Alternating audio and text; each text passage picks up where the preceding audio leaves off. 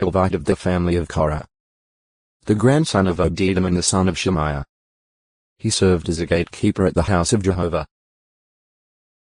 1 Ch 26. 1, 4, 7, 12. 5.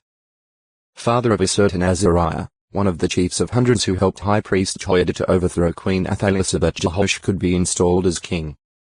2 Ch 23. 1, 12-15, 20. 24. 1.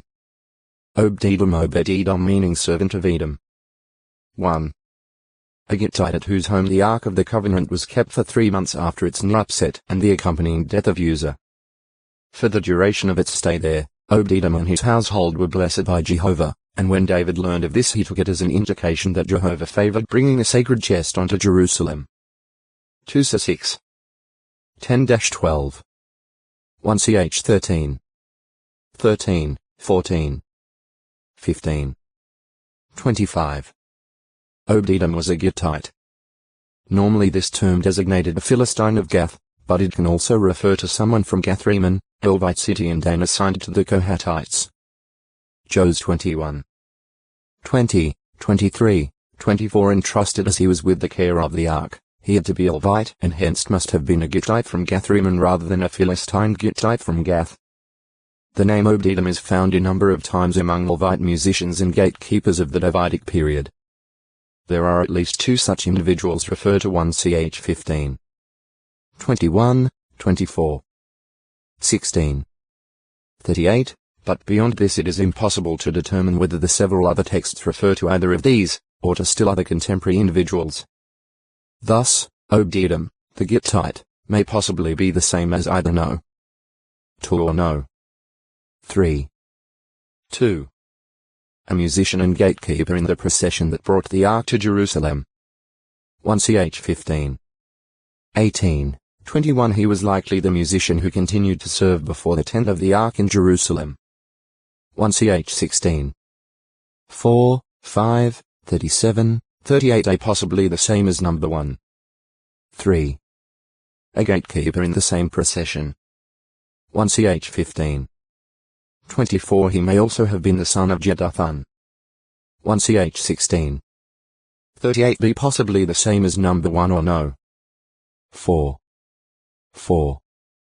A Korite in the permanent division of gatekeepers who, together with 62 relatives, was assigned to guard the east side of the sanctuary grounds in Jerusalem. 1 Ch 26. 1, 4-8, 13, 15.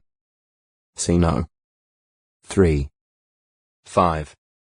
Caretaker of the gold, silver, and other articles in the house of Jehovah during the reign of King Amaziah.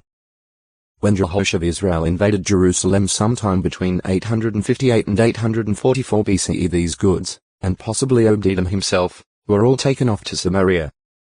2 Ch 25. 23, 24. Obedience.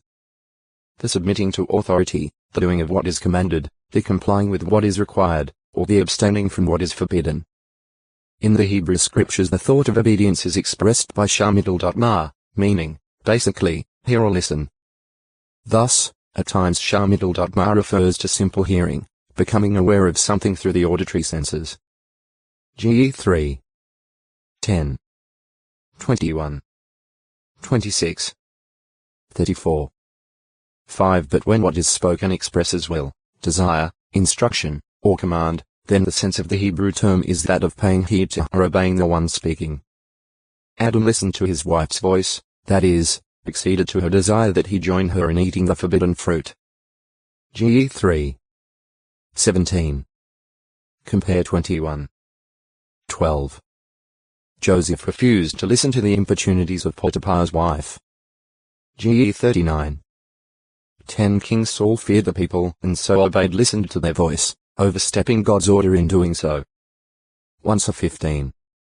24 Jehovah's promise to Abraham concerning a seed was granted because Abraham listened to, or obeyed, Jehovah's voice, keeping his commands. Ge 22. 18. 26.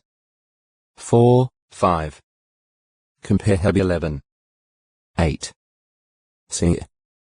The same Hebrew term is used with reference to God in hearing or listening to men. Here the English term obedience is not suitable, since humans cannot command God, but can only petition or supplicate him. Hence, when God told Abraham that as regards Ishmael I have heard you, he was telling Abraham o texto e acute miritra longo. Obedience 521 shows, depends first upon hearing, that is, receiving information or knowledge. Compare Luke 12. 47, 48. 1-1. 13, and then upon one's submitting to the will or desire of the one who speaks or otherwise expresses such will or desire. Submission, in turn, is dependent upon recognition of that one's authority or right to ask or require the response indicated, as also upon the hearer's desire or willingness to satisfy the will of such one. As indicated by the Greek peitho and a theo, belief, trust, and confidence also enter in. Obedience to God essential for life. God has first claimed the obedience of all his creatures. They rightly owe him implicit obedience as